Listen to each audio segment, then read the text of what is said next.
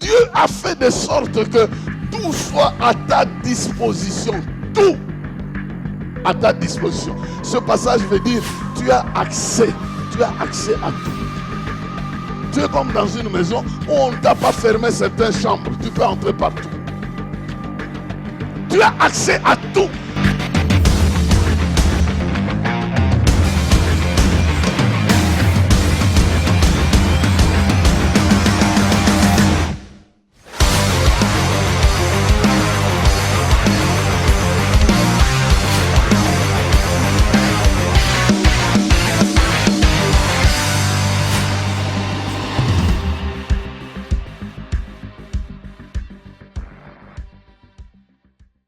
J'aimerais donc vous inviter à lire le texte de base qui nous a été communiqué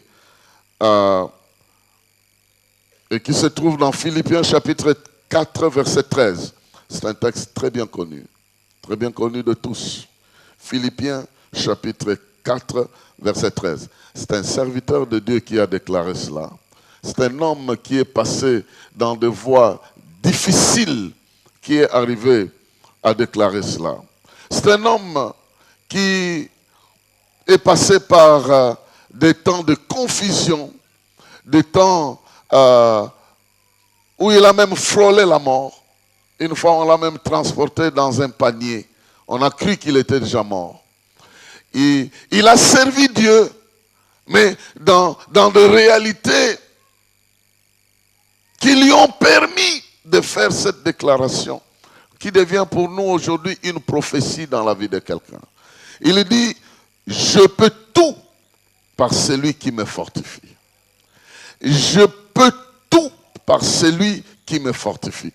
Cette déclaration de Paul devient aujourd'hui une prophétie dans la vie de quelqu'un parce que ça fait partie de la parole de Dieu.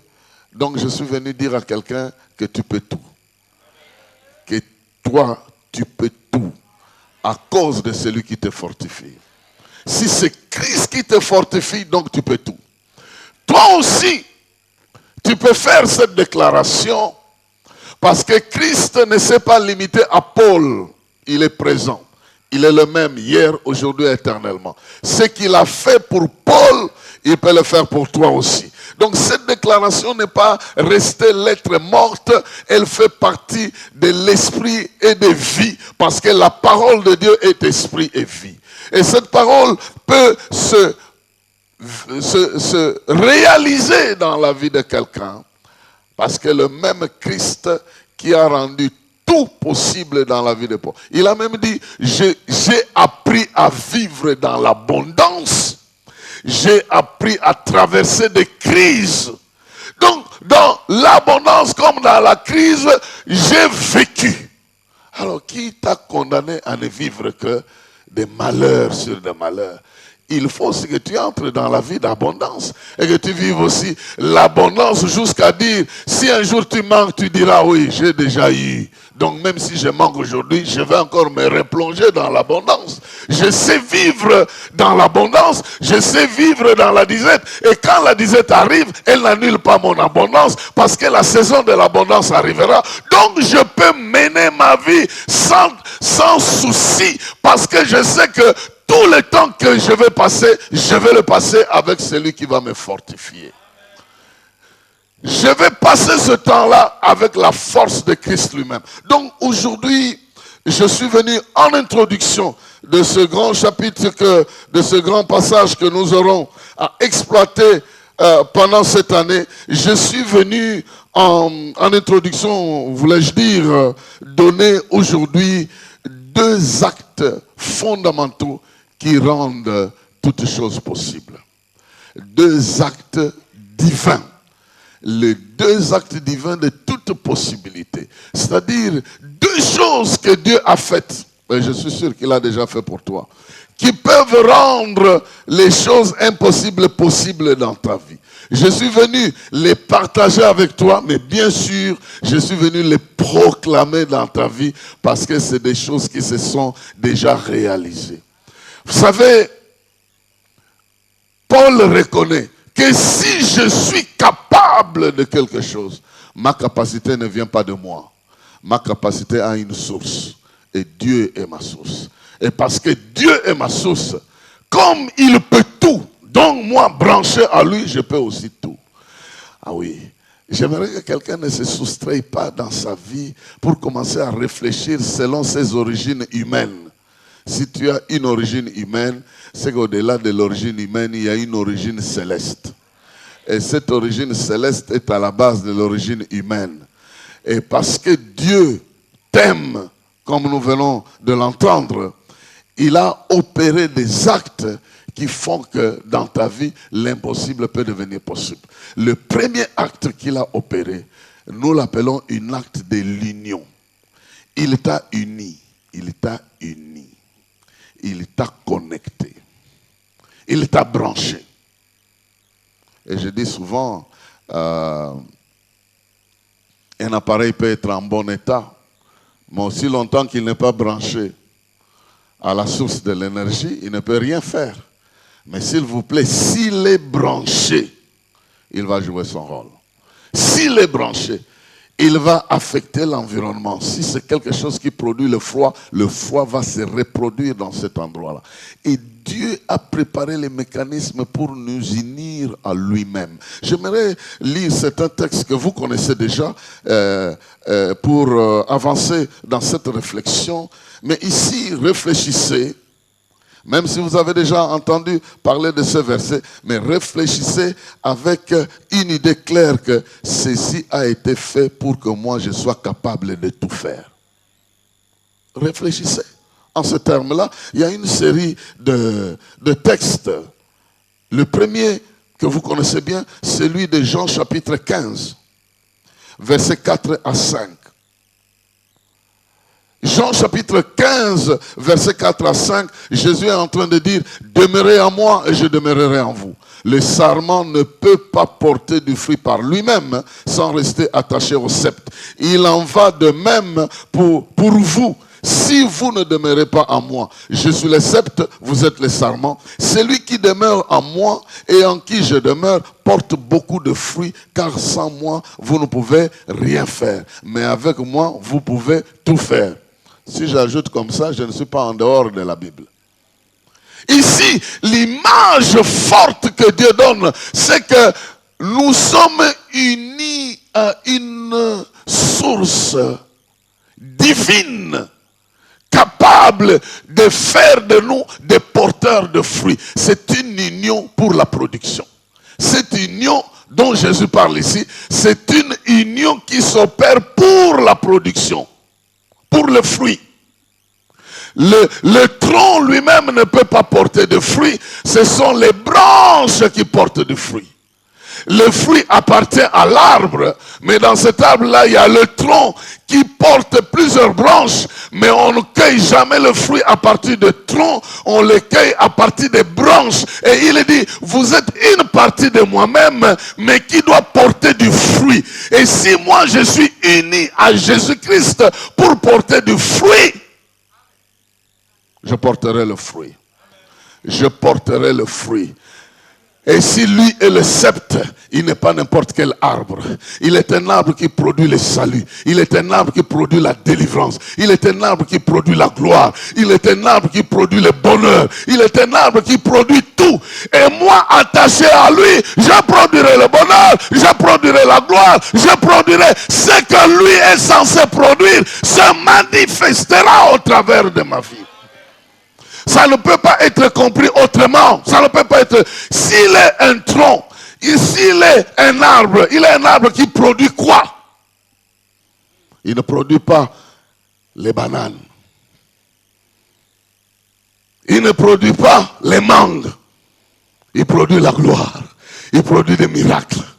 Il produit des grandes choses. C'est ça qu'il produit. Il produit la délivrance. Il suffit qu'il dise un mot, la chose doit s'accomplir. Mais s'il doit dire ce mot-là, je suis comme sa bouche. Parce qu'il le produit au travers. Oh, je ne sais pas si je parle à quelqu'un ici. vous avez l'image de fruit que vous allez cueillir dans une saison. Il n'est pas un arbre attaché à la saison. Parce qu'il est écrit, celui qui croit en lui, qui accepte la parole, est comme un arbre planté près de courant d'eau, qui donne son fruit en sa saison, dont les feuillages ne se flétrissent point. Tout ce qu'il fait, lui réussit.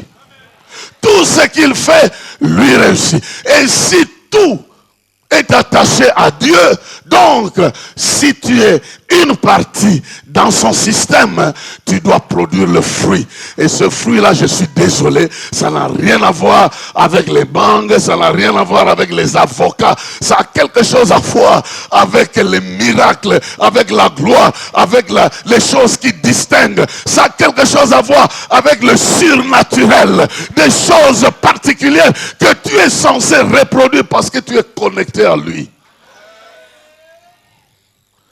Et si c'est à lui que nous sommes connectés, nous avons droit. Il dit même, plus loin, il dit, si vous gardez mes paroles, et mes paroles, et moi je suis en vous, vous porterez beaucoup de fruits. C'est ainsi que mon Père dans le ciel sera glorifié. Et si Dieu doit être glorifié, il ne s'agit pas de manque. Si Dieu doit être glorifié au travers de produits, de ce que tu produis, c'est pas n'importe quoi. Je suis désolé. C'est pas n'importe quoi qui va produire la gloire de Dieu. C'est pas parce que tu as eu un transport par hasard et si tu es arrivé chez toi, c'est ça qui va produire la gloire de Dieu. C'est bien plus que ça. Je dis bien, c'est bien plus que ça. Nous ici, nous avons des miracles qui n'en sont pas. Oui. Parce que pour attraper un taxi, oh Seigneur, fais de sorte que 20h, ah oui, un taxi vient, oh le Seigneur a exaucé ma prière. Ailleurs, ça n'a rien à voir. Rien à voir, rien. Tu le feras, si tu fais cette prière-là ici, ailleurs tu ne la feras pas. Alors, si tu trouves ça comme un miracle ici, les autres ne trouveront pas ça comme un miracle. Donc, élimine ça parmi les miracles. Commence à voir un peu de grandes choses. Parce que les autres là, ailleurs, ça n'a rien à voir comme miracle. Alors tu dois commencer à réfléchir qu'il faut quelque chose. Quand je raconte ça, ça trouble les gens. Les gens disent non, c'est faux.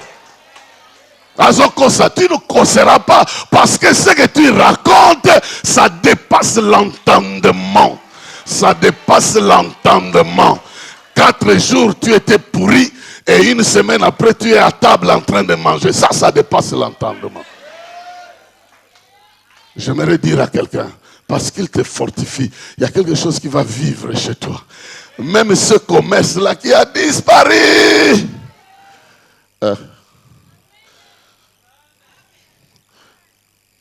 Bon, si un véhicule ne peut pas être un miracle, donc tu vas l'avoir, ce n'est pas un miracle. Alors commence à penser à autre chose. Oui, parce que pour nous, nous les classons non parmi les miracles. Oui, il peut nous donner miraculeusement. Mais écoutez, dépassez ce niveau-là. Commencez à réfléchir à des grandes choses comme des miracles. Des choses qui sont impossibles parce que le véhicule n'est pas impossible. C'est pas impossible parce que ça circule. Mais l'impossible, c'est là où nous allons le voir tout à l'heure. Tous les calculs s'arrêtent. Mais toi, tu ne t'arrêtes pas. Là, ça devient quelque chose. Je suis venu dire à quelqu'un ici que Dieu a occasionné une union. Et dans cette union-là, tu deviens producteur de choses. Naturellement, tu ne pouvais pas produire ça. C'est pourquoi je déclare que tu produiras la santé. La santé, tu la produiras avec un corps défectueux. Avec un corps défectueux, tu vas chez un médecin, il te regarde et dit, oh, comment tu vis? Oh, va demander comment je vis, parce que Paul a dit, j'ai une maladie. Je demande à Dieu, enlève-moi pour que je sois normal. Il dit, non, tu es normal. Tu es normal tel que tu es avec cette maladie-là. Tu es normal. Tu es normal. Tu vas produire ma gloire, parce que lorsque tu es faible, c'est alors que tu es fort parce que tu es connecté. Tu es connecté. Et quand tu es connecté, tu vas fonctionner. Je suis désolé, le cliché de ta santé peut dire une chose, mais ça n'a rien à voir avec ce que tu es en train de vivre. Rien à voir, rien à voir. Je dis bien rien à voir. Tu vas avoir plusieurs ennemis qui t'entourent. Plusieurs. Mais tu vis tranquillement, tu dors avec une tension normale. Tu prends la tension normale. Oh, mais comment c'est possible? Mais c'est possible. Je suis dans la toute possibilité. Et cette toute possibilité fait de sorte que je sois normal là où les choses semblent être anormales. Il dit, en union avec moi, vous allez produire. Et dis-toi très bien que si Jésus est un arbre, dis à ton voisin, il ne produit pas les mangues.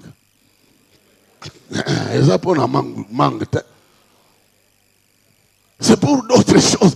Et ce que Christ peut produire, regardez, il a dit même aux gens, si vous ne croyez pas en moi, à cause du fait que je dis que je suis Dieu, mais ce que je produis, où est-ce que vous avez déjà vu ça?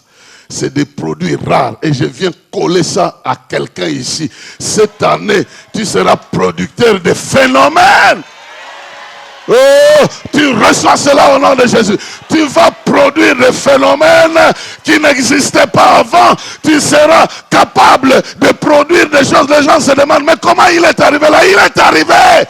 Le problème n'est pas comment il est arrivé, mais il y a un fait, il est arrivé. Il a fait ça, il a réalisé ça. Je viens déclarer que parce que tu es le sceptre de Jésus-Christ, la branche de celui qui vit éternellement, tu produiras des choses extraordinaires. On te fera la guerre, on ne te vaincra pas. On te cherchera, on ne te trouvera pas. On te lancera des flèches, ça ne t'atteindra pas. On te poursuivra, on sera essoufflé. Il y a quelqu'un qui fera de sorte que même dans tes simples prières, des grandes choses se réalisent. Parce que tu es collé à la source de celui qui produit à partir de rien.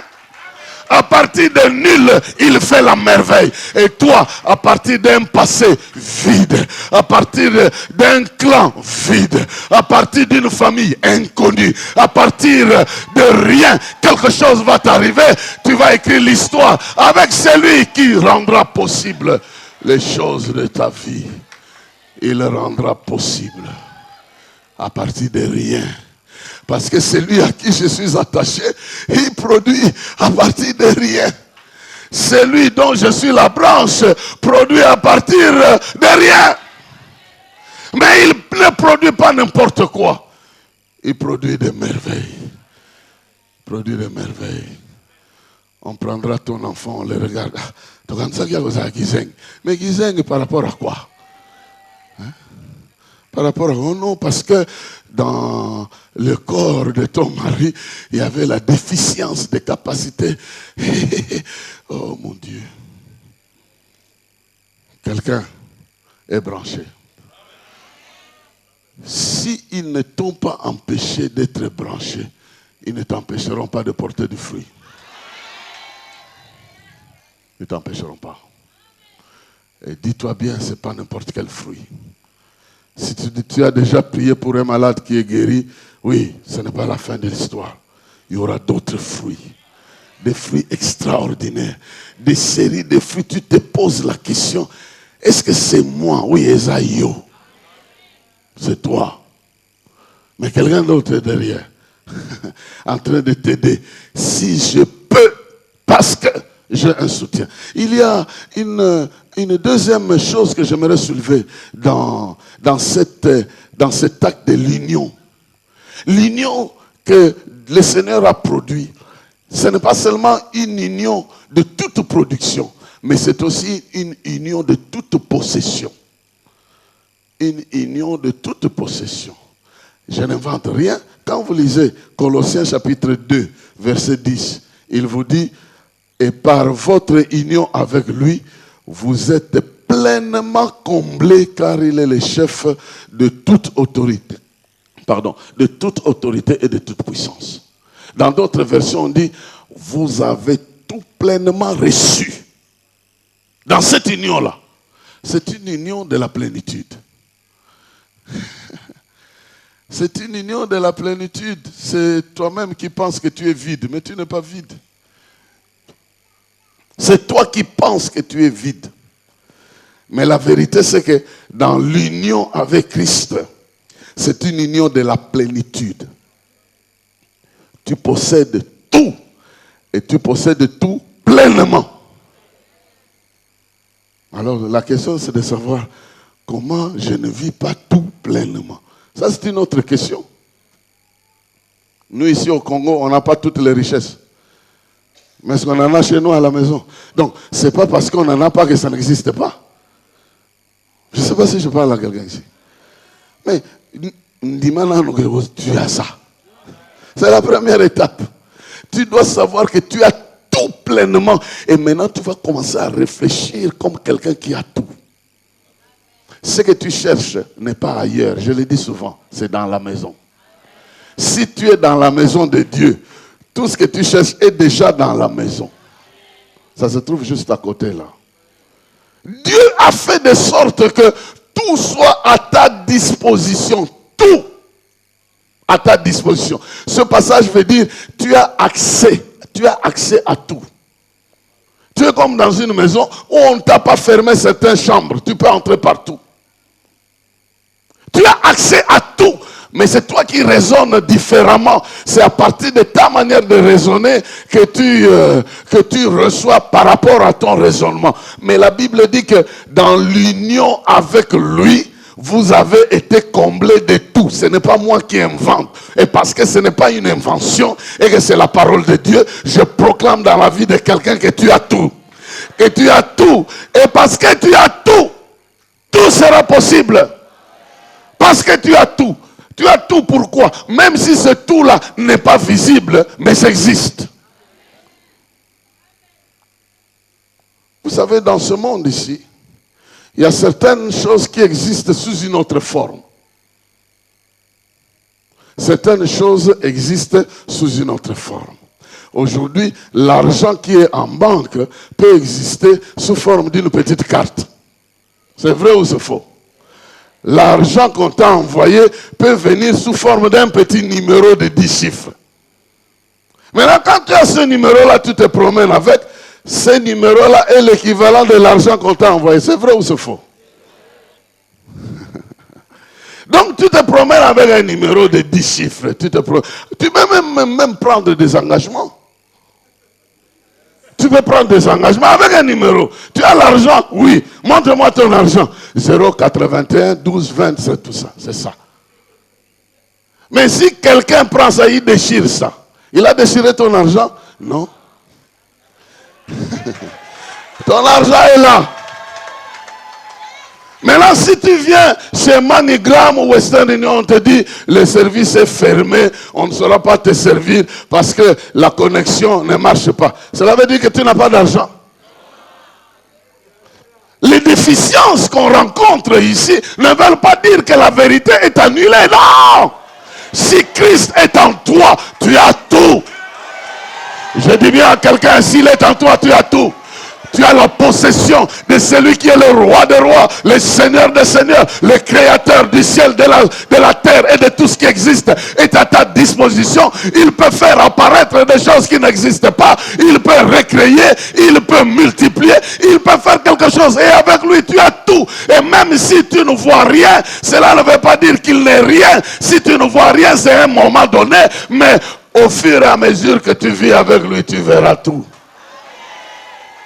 Oh non, j'ai perdu le numéro qu'on m'avait envoyé. Mais rappelle, on va te redonner. Où est le problème?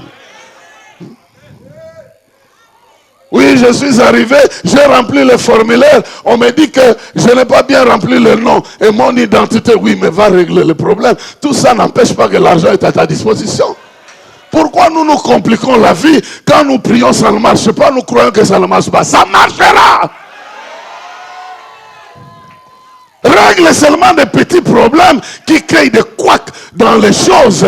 Mais tout est à ta disposition.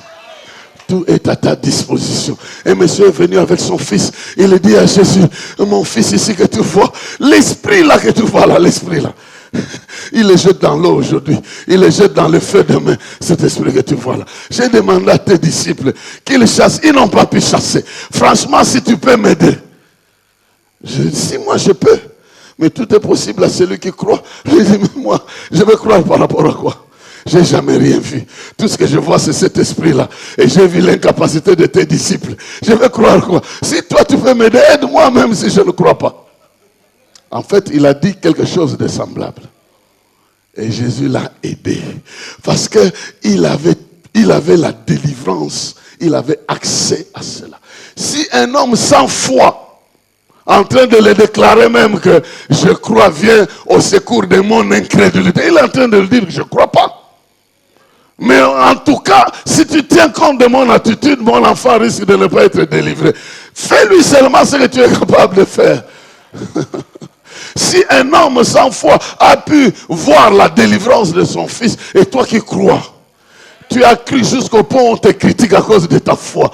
Il y a même des actes que tu as posés de foi qui t'ont créé des problèmes. Moi je dis, ça ne t'a jamais créé de problèmes. Ça précède les solutions que Dieu est en train de préparer pour toi. C'est toi qui vois que ce sont des problèmes, mais ça va provoquer une vitesse extraordinaire que Dieu va utiliser pour te sortir de là. Parce que en lui tu as tout pleinement, qui est le chef de toute autorité.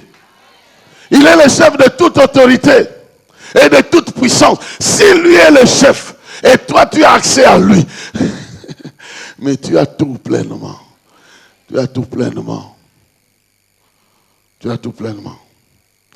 La discussion que tu as eue avec cette personne-là. Non, viens me voir demain. Non, tu as dit que c'est aujourd'hui. Tu as dit que c'est aujourd'hui. Mais je suis allé, on ne m'a pas servi. Non, tu es un menteur. Oui, c'est pas grave. Mais demain, je vais appeler. Numéro 1, et Bougaki. Oui, Zoabik.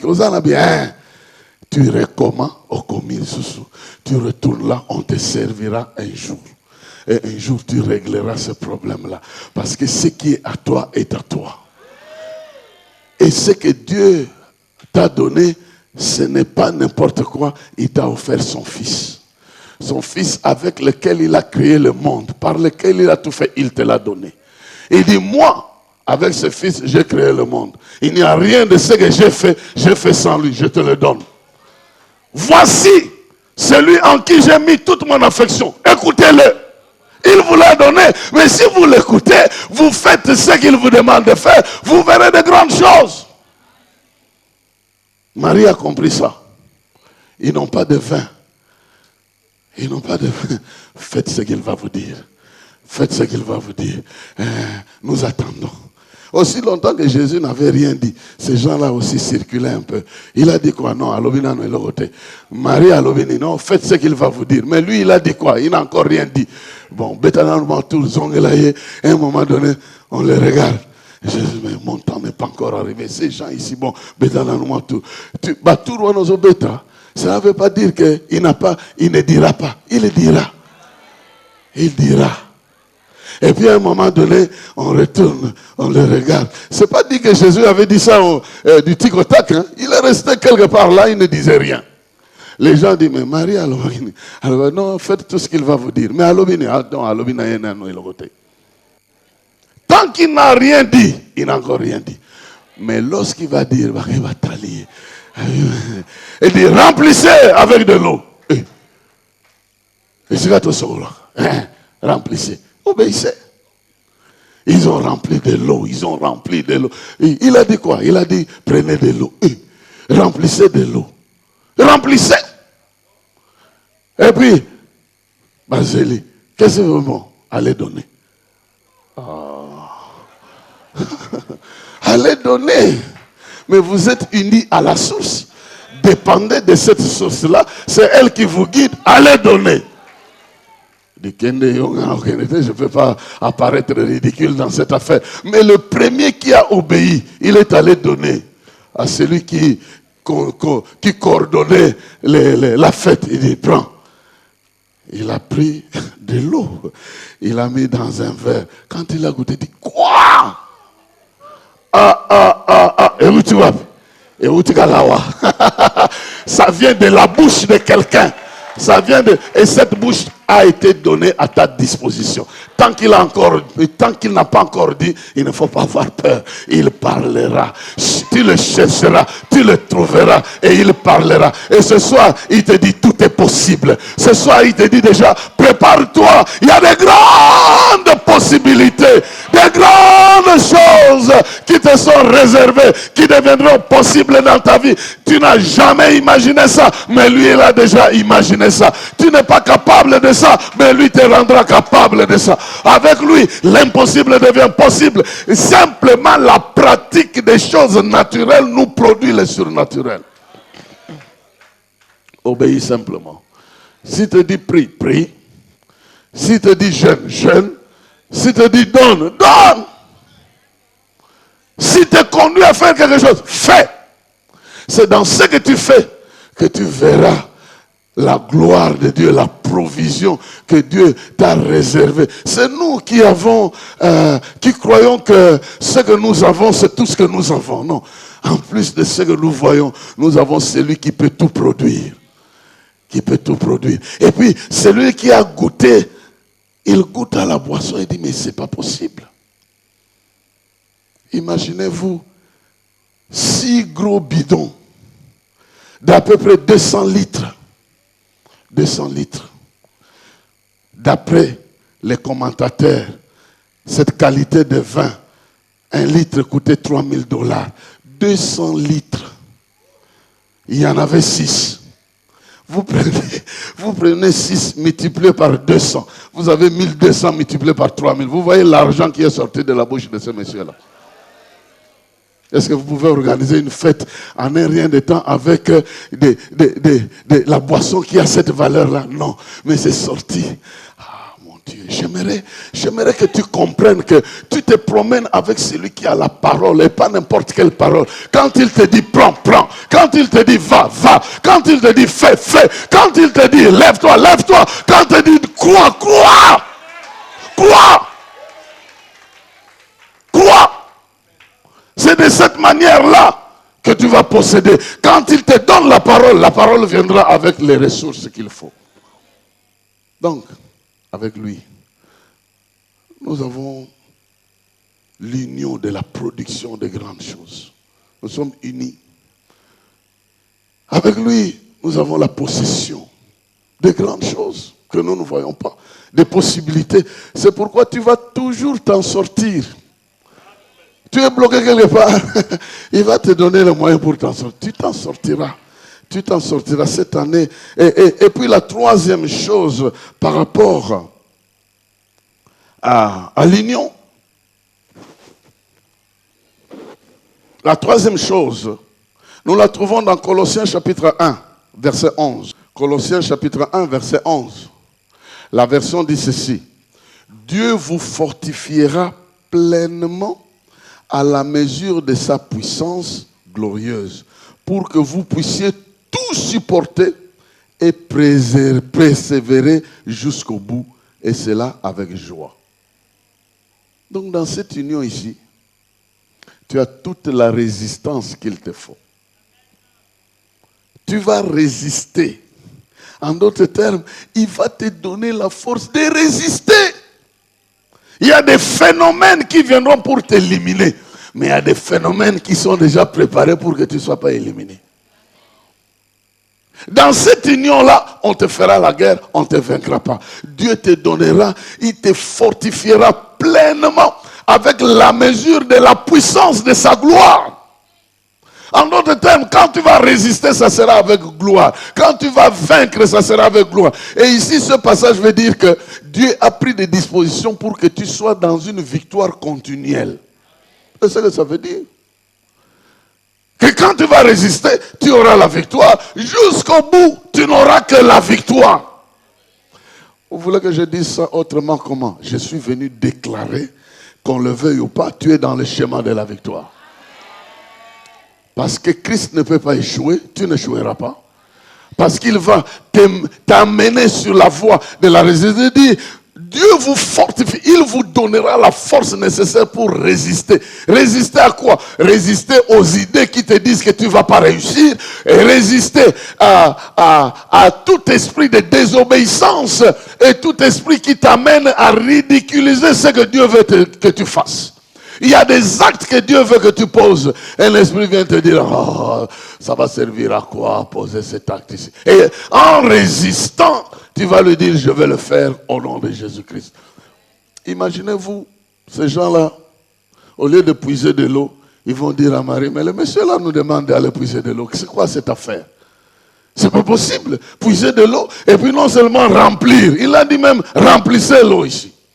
Ils l'ont rempli, il dit, puisez maintenant, amenez. Ils ont puisé, mais il faut être comme un automate pour obéir automatiquement ça. Parce que les actes que vous posez là ne se sont jamais posés.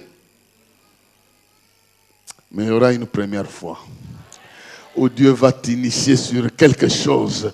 Même toi-même, tu ne comprendras pas, mais par simple obéissance, tu iras en hésitant avec obéissance. Mais ce qui va t'arriver sera extraordinaire. Je le dis dans le nom de Jésus-Christ. Il va supporter ton incompréhension. Tu iras avec hésitation. Mais petit à petit, tu avanceras. Et la main de Dieu sera avec toi. Parce qu'il dit, il te donnera la force de résister. Parce qu'en toi, il y a des choses qui vont te dire, non, ce n'est pas que tu l'entends. Non, non, non, non. Mais j'entends comme si c'est lui qui me dit. Mais ce qu'il me dit de faire, je n'ai jamais imaginé qu'on puisse le faire. Mais entre-temps, je peux quand même le faire. Et tu le fais petit à petit. Quelque chose t'arrive. Il dit, il nous a donné, dans la mesure de sa puissance de gloire, il nous a donné de nous fortifier pour que nous soyons en mesure de résister jusqu'au bout et que nous soyons dans la joie de voir que notre résistance a produit du fruit. Nous reviendrons à ce sujet pendant l'année. Mais je voulais introduire le premier acte, qui est l'acte de l'union. Il nous a unis. Le deuxième acte, pour terminer, c'est la prise en charge. Il ne nous a pas simplement unis, mais il y a quelqu'un qui t'a pris en charge. Il y a quelqu'un qui t'a pris en charge. Il connaît tes faiblesses. Il connaît tes limites. Et il y a quelques textes qui peuvent nous aider à admirer les prises en charge de Dieu. D'abord, il y a une prise en charge pour toutes les limites que tu vas rencontrer dans ta vie. Il te prendra en charge. Vous connaissez ce passage, mais peut-être vous n'avez pas encore lu avec cette intention-là. Ésaïe chapitre 40, verset 29. Il donne la force à celui qui est fatigué et il multiplie les ressources de celui qui est à bout. Vous comprenez? Il donne la force à celui qui est fatigué et il multiplie les ressources de celui qui est presque en train de tout perdre. Il n'a plus rien. Il arrive à la fin de sa provision, mais lui vient multiplier ça parce qu'il te prend en charge. Il te prend en charge, il vient là où tu es limité. Et parce qu'il te prend en charge, il allonge tes capacités au-delà de tes limites. Et je préfère que tu comprennes ça. Cette prise en charge par rapport à tes limites. Dis-toi très bien, parce que je t'ai entendu déjà dire ça, Nasuki. Quand tu soukeras, dis-toi très bien que lui viendra là-bas pour étendre Soukana. Donc, tes limites deviendront les limites que lui aura décidées sur toi. Ce n'est pas les limites de tes capacités naturelles. Est-ce que tu me comprends? Il dit, il donne la force à celui qui est fatigué. Cette force-là, ici c'est une image. Elle peut être physique, mais elle n'est pas seulement physique. Elle peut être financière. Oui. Les finances sont aussi une force, non? Et vous demandez à Jacob, à Isaac, il est devenu très puissant financièrement. Donc Dieu sait que là tu es limité. S'il t'abandonne, tu es foutu. Il viendra pour étendre tes limites. Il dit, je vais multiplier mes ressources. Comme chez la veuve de Sarepta. Elle est arrivée à un niveau où sa provision était restée pour un seul jour. Cette provision d'un seul jour a été multipliée pour demain, pour le lendemain, et ça ne finissait pas. C'était toujours la même provision qui ne se terminait pas. C'est dans cette idée-là que Dieu dit, parce qu'il te prend en charge, là où tu penses que tu es limité, il viendra étendre tes limites petit à petit, petit à petit à petit. Entre-temps, tu es en train de progresser. Parce qu'il te prend en charge. C'est pourquoi je déclare que ce qui est en train de diminuer chez toi ne diminuera plus. À un moment donné, Dieu va garder une provision de réserve pour toi, pour que tu puisses t'en sortir. Je vais déclarer que tu avais l'habitude de toucher quelque chose, ça disparaît. Maintenant, ça ne disparaîtra pas, il y aura quelque chose qui restera. Oui, il y aura quelque chose qui restera. Je dis bien, cette année, tu sortiras avec des réserves. Je le déclare dans le nom de Jésus-Christ. Il ne sera plus question d'entrée totale, sortie totale. Il sera question d'entrée autant, sortie inférieure, et quelque chose est resté. Et au fil des années, quelque chose restera dont tu n'auras pas besoin de toucher. Je le déclare parce que je sais où Dieu veut t'amener. Il veut t'amener sur un terrain où tu dois avoir des réserves parce qu'il y a de grandes choses que tu dois faire dans l'avenir. Et toi, tu penses que ta vie se limite à manger, à boire, à te réveiller, à vêtir. Non, tu es une personne ressource et parce que Dieu veut te prendre en charge pour qu'au travers de toi, il prenne en charge d'autres personnes. Il y a derrière toi des gens qui seront pris en charge par toi parce que toi-même tu auras été pris en charge par Dieu. Je le déclare au nom de Jésus-Christ. Tu toucheras quelque chose, ça ne disparaîtra pas totalement. Tu vas commencer à dire, moi aussi je peux épargner. Oui, tu peux épargner.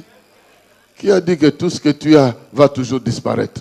Ça ne disparaîtra pas. Je le déclare. Si tu reçois ça au nom de Jésus-Christ.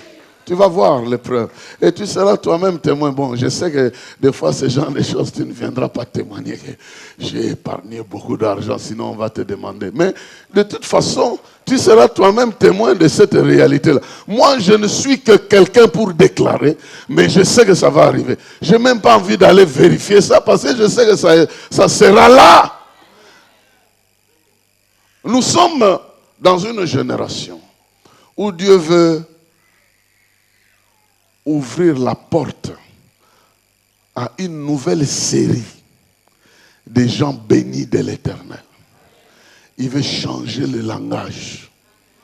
Il veut changer le langage même de notre pays pour que les gens, quand ils vont te voir, disent « Ah, Dieu l'a béni ». Ils ne vont plus dire « Il a touché quelque part ». On dira qu'il a béni. C'est pourquoi il est en train de bloquer tout le monde pour les mettre presque au même pied d'égalité. Il a entré, ceux qui étaient avant toi sont comme bloqués quelque part. Et ceux qui étaient derrière sont comme en train de venir. Ils vont rester à un moment donné. Ceux qui avaient par leurs moyens ne voient plus ils ne voient plus rien. Je ne sais pas si vous sentez qu'il y a un plafond. Il y a un plafond. Il y a un plafond. On est arrivé dans un plafond là. Certains qui pensaient avoir ne savent pas. Je parlais avec un musicien séculier ici, du monde. Je dis, est-ce que vous vous rendez compte que vous ne pouvez plus rien faire? Dites-moi, qui dans ce pays et dans le monde séculier qui apporte quelque chose de nouveau à votre niveau? Il n'y en a plus. Vous êtes essoufflé. Vous êtes essoufflé. Vous avez atteint le niveau où vous n'avez plus rien. Mais il y a une génération et nous voulons récupérer l'affaire. Nous voulons que cette génération-là vienne de l'église pour apporter les changements. Parce que vous-même, vous avez confessé, oh, tant que tu as oui, vous savez, quand on disait, c'est un esprit qu'on invoquait. Ah bon? Oui, et puis quand les gens dansaient, en fait, on les livrait sous l'esprit des zegete. Je ne sais pas, peut-être vous, mais vous avez dansé ça, non? Mema bango, bimema même. Poussa bango, bipoussa pousse. Entre-temps, il vous largue sous le pouvoir des zegede. Et quand vous allez commencer à zegede là, vous faites des dépenses et des choses incompréhensibles. Les choses ont changé. J'aimerais dire à quelqu'un, il y a la louange et l'adoration qui est en train de prendre la place. Il y a la louange. Et si tu es sur ce schéma-là, prépare-toi. Parce que Dieu va te faire monter. Et si tu as des versets qui t'arrivent, commence à les pomper dans les systèmes. Parce que Dieu est en train de faire récupérer la situation pour que ceux-là qui sont éclairés puissent éclairer la génération qui vient. Parce que Zegede n'a jamais rien fait pour vous. Il vous a même. Mais maintenant, le Saint-Esprit va vous amener sur des voies. Non, moi je l'ai dit, j'ai entendu quelqu'un qui a confessé que Yangon de Boutosa Sal. C'est pourquoi je vous l'ai dit, je ne le savais même pas. Je me rappelle qu'à l'IEC, quand j'étais encore étudiant, beaucoup de nos amis sont allés là-bas. Ils revenaient en désordre. Qu'est-ce qui se passe? C'est plus tard que j'ai compris. Les Zegedé là, leur avait Zegedé, quelque chose de ce genre-là. Mais il donne la force à ceux qui sont fatigués. Je te dis bien, même si tu n'as plus d'idées, il te donnera des idées. Même si tu veux faire quelque chose, tu n'as plus d'idées, il te donnera. Il te dit, invoque-moi, je te répondrai. Je t'annoncerai des grandes choses, des choses cachées que tu ne connaissais pas, même pour ta propre vie.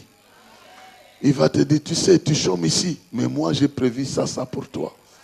Il va t'annoncer ces choses-là, ça va t'ouvrir l'esprit. Je vois une nouvelle génération monter, une génération commencer à affecter économiquement ce pays parce qu'ils sont eux-mêmes bénis. Ils sont partis de nulle part, mais Dieu a parlé, ils ont écouté et ils ont commencé à agir. Vous savez qu'il y aura des cargos qui viendront de Dubaï pour déposer vos histoires. Vous n'aurez même plus besoin d'aller là-bas. Vous appelez seulement ou bien des conteneurs, tout ça. Tu commences à compter l'argent sur le ventre.